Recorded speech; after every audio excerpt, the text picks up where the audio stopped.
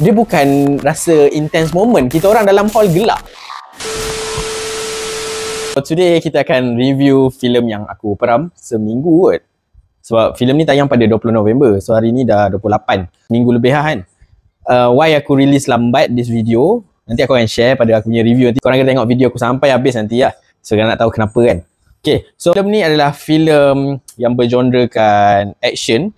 And then dia ada berunsurkan macam John Wick. So kalau korang pernah tengok John Wick, dia ada berunsurkan itu sedikit. So korang nak tahu filmnya apa? Filmnya adalah Penghukum Nusantara Assassin. So filem ni yang diarah oleh Azran Norani. So banyak juga kas-kas yang ada dalam filem ni, which is kita ada Aziz Salimin, Yusra Akmal, Syahrul Nizamno, Syazwan Zulkifli, Bel Ngasri, Azan Rani, Teh Khatijah. So banyak juga A-list cast juga dalam filem ni. So kita ada macam Azan Rani, Bel yang selalu dah tengok kita dekat layar perakan. So filem ni mengisahkan tentang seorang orang tua ni yang bernama Salahuddin. So dia ada seorang cucu tunggal. So cucu dia ni hilang pada satu hari tu, time dia balik sekolah. Cucu dia ni nama dia Yasmin lah. Yasmin ni dicolik untuk diperdagangkan. So itu sebab dia dicolik. Salahuddin ni dia nak balas dendam. So dia nak cari siapa yang punca, siapa yang colik cucu dia kan. Dan dia ni adalah ex macam secret agent daripada ejen rahsia Pustaka Layah.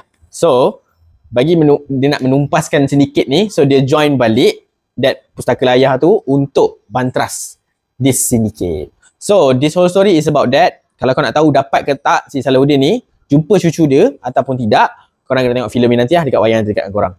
So itu saja yang boleh aku share about the synopsis. Kita akan go through terus pada dia punya likes and hits untuk filem Penghukum Nusantara Assassin ni. Let's go.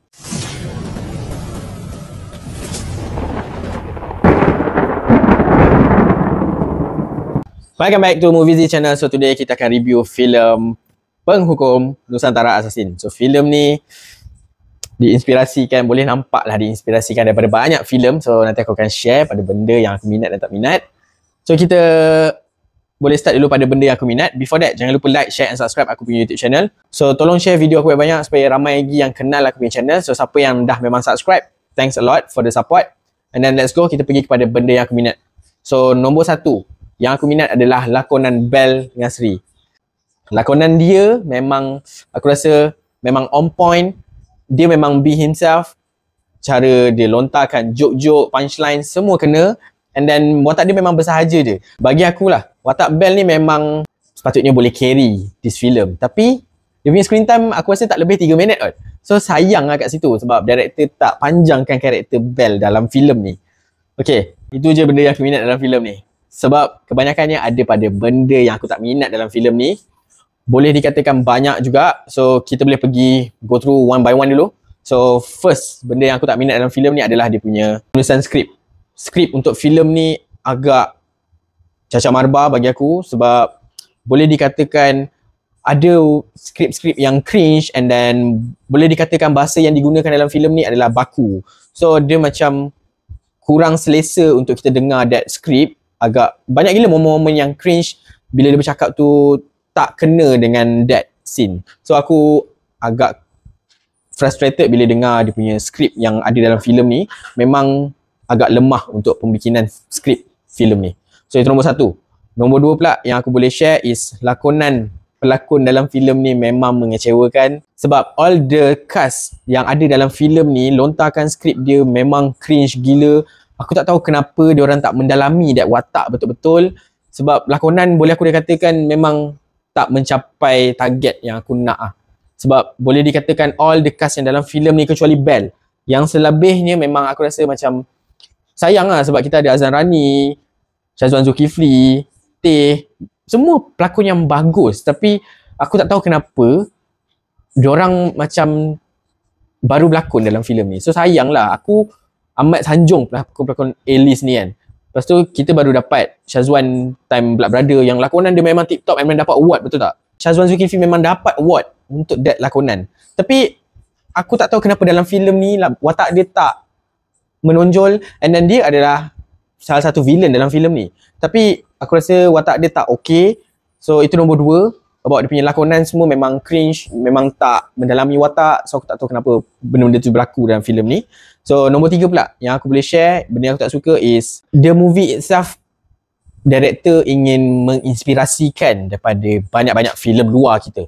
Boleh dikatakan dalam filem ni kita boleh dapat dari inspirasi daripada John Wick, kita boleh dapat Sicario, kita boleh dapat Saw, dan ada unsur-unsur slasher. So aku okay je kalau director nak inspirasikan benda-benda macam tu. Cuma aku kurang berminat sebab dia terlalu fokuskan on that scene. Sebab scene-scene lain dia tak fokuskan. And then nampak this idea macam tak fresh lah, sebab dia macam copy paste the idea from the filem-filem luar. Sebab kita boleh je buat sendiri sebenarnya. Tapi aku tak tahu macam nak cakap, bila kau nampak scene, ada satu scene tu memang scene Saw, serius sebiji gila dengan timer, dengan bercakap guna walkie. So benda-benda tu jadi, dia bukan rasa intense moment. Kita orang dalam hall gelap.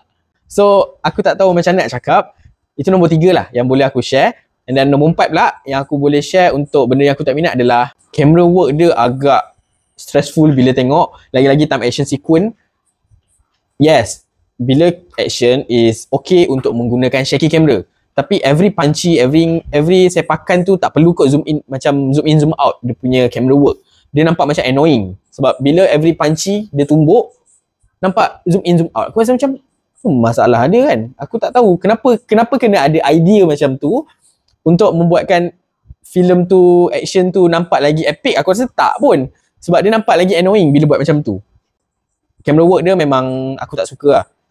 Sebab tak look nice pun, tak nampak epic untuk filem ni. Nombor 5 pula aku boleh share is about dia punya quality, and then quality in term of audio and video. Boleh tambah juga dengan isu yang dia nak bawa dalam filem ni sebenarnya. So kita pergi dulu pada benda isu. Isu dia is perdagangan orang, perdagangan kanak-kanak. Dia tak nampak that plot untuk dia ketengahkan untuk mengangkat isu perdagangan kanak-kanak ni. So tak nampak mana yang diketengahkan this issue, sebab tak nampak pun. At the end memang difokus on Salahuddin untuk cari cucu dia je. So dia tak nampak mana isu ni berat ke sebenarnya kan. Tak nampak benda tu. Dia tak ketengahkan that issue. Tapi idea tu dah ada, cuma dia lemah in term of ketengahkan isu perdagangan kanak-kanak tu. So itu yang untuk bahagian plot, jalan cerita. And then lagi satu is quality audio and video. So boleh dikatakan ada a few scene untuk video yang quality dia macam tak synchronize. Ada yang cantik, ada yang tak lawa. Sebab tiba-tiba ada macam 480 punya quality, tiba-tiba okey balik. Aku macam mana editing? So dia agak kelakar kat situ. And then audio pun ada yang tenggelam, ada timbul. So aku tak tahu macam mana diorang editing. So agak mengecewakan this film. Itu saja yang boleh aku share about this film. Ada 5 hate yang aku draft, aku keluarkan untuk this film. Sebab sayang, dia dah ada dah based on poster, based on trailer, macam okay, boleh ditonton. Tapi bila tengok tu aku rasa macam down gila. Aku daripada KLIA naik motor, hujan, basah, lenjun, datang ke Premier Gala. Tapi ini dapat. So aku rasa macam kecewa lah. Aku masuk hall basah lenjun kot.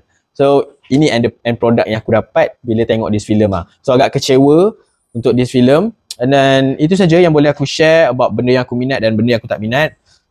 Secara keseluruhan dia, filem Penghukum Nusantara Asasi ni banyak gila kelemahan yang perlu ditambah baik lagi pada penulisan skrip dan camera work. So filem ni dah keluar pada 20 November. Kalau siapa yang dah tengok boleh komen dekat bawah. Aku nak tahu juga apa yang korang rasa. Best ke tidak filem ni? And then berapakah rating yang aku bagi untuk filem Penghukum Nusantara Asasi ni? So untuk filem Penghukum Nusantara Asasi ni aku bagi sebanyak 2/10. So sorry, aku tak boleh nak cari banyak lagi dia punya like sebab mostly the hate dah menutupi segalanya dalam filem ni. And then sorry tuan director, maybe for the future film boleh tambah baik lagi untuk the quality and then jalan cerita, script. So looking forward for the next film. So that's all for my review. Thank you.